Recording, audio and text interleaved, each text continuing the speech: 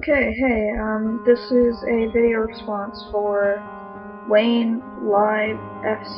It's either waynelive or waynelive, I'm not really sure, so sorry if I say it wrong.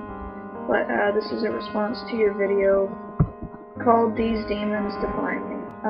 I wanted to apologize because I'm not sure if this was sort of inspired by my video or kind of got you thinking about it because of my response to B. Rothbury's video.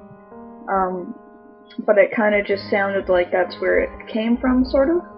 And if it didn't, then well, this is kind of not really, doesn't really have much of a point, but hopefully it was sort of my video that brought it up for you.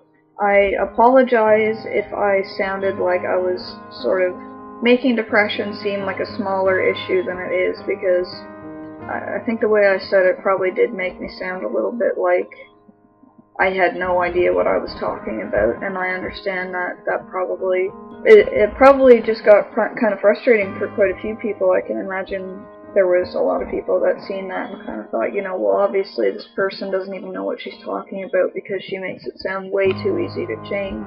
So I just wanted to say that sometimes I forget where I've been.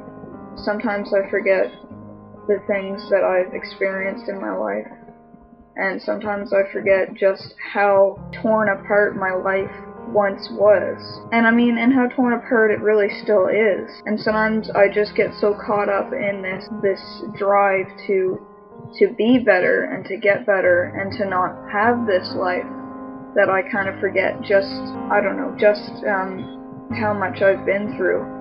And I guess what I'd like to say to you and anybody else who's kind of been confused by the way I go about my videos is just that I'm sort of talking about things that I don't experience so bad anymore. I'm not all that deep into depression right now as I used to be, but I have been. And I'm not that deep in anxiety as I was, but I definitely have been. I guess I'm just at the point of coming out of it, so if I was still in the situation I used to be in, where I would maybe get up for an hour and a half a day, and then I'd be in bed again, if I was still in that situation, I highly doubt I would even be considering talking about it. Even talking about it to a friend, I wouldn't do, let alone talking about it to YouTube, which could be anybody. So, I guess I just want to let you and anybody else know who watches my videos that I am feeling a lot better, and I do feel like I am making progress. So I guess when I do talk about depression and anxiety, I forget about how hard it used to be for me, and that I'm not at the same place as some of you guys. I'm not, a lot of you guys are really, really struggling right now, and my heart goes out to you, it really does. And Wayne, nothing I say could really describe how much I wish you could get better, and I wish you could, I don't know, just something could happen for you that would just sort of change things a little bit for you, or at least get things started for you, because I really do think you're an amazing person, and you deserve a happy life, and you deserve a fulfilling life. So I just really hope that that can happen for you. And another thing I wanted to say about your video was you mentioned your age and the fact that you're older, so things are a lot harder for you. And I want to say that I totally understand that, and that's a very valid point. I'm 18 years old. My life is just starting.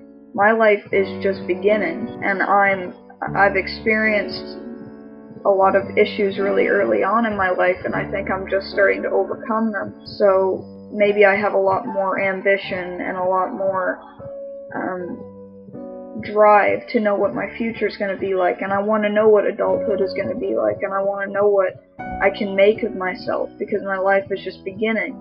So I can imagine that really does make it a lot easier for me to go around and say, oh, well, just forget about it and just push yourself and everything will be fine. That does sound pretty ridiculous. I should probably go about it a different way when I explain those things. But yeah, my age does make it a lot different for me, I can imagine. And I have felt like you at times in my life where I felt very heavy and very like, I couldn't even imagine rolling over in bed to change positions. It was just like I had absolutely no energy at all. So I definitely know what that feels like, and I guess, like I said, I just forget what depression is really like, and I forget how hard it can be, and I forget just how intense it can be, and it's basically like a trap.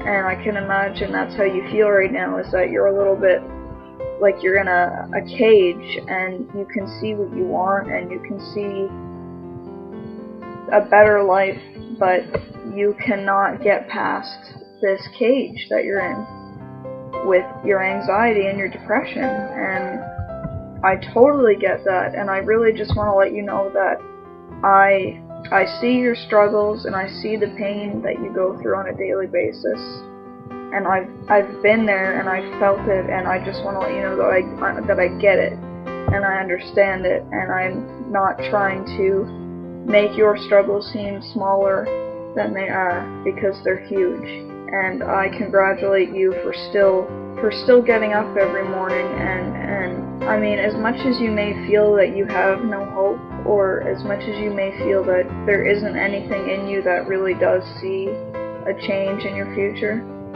I think the fact that you get up every morning and you go through your day, and you put videos on YouTube, and you look at other people's videos, so you're looking for advice, and you're looking for understanding, and you're looking for somebody to relate to, and to know that you're not alone.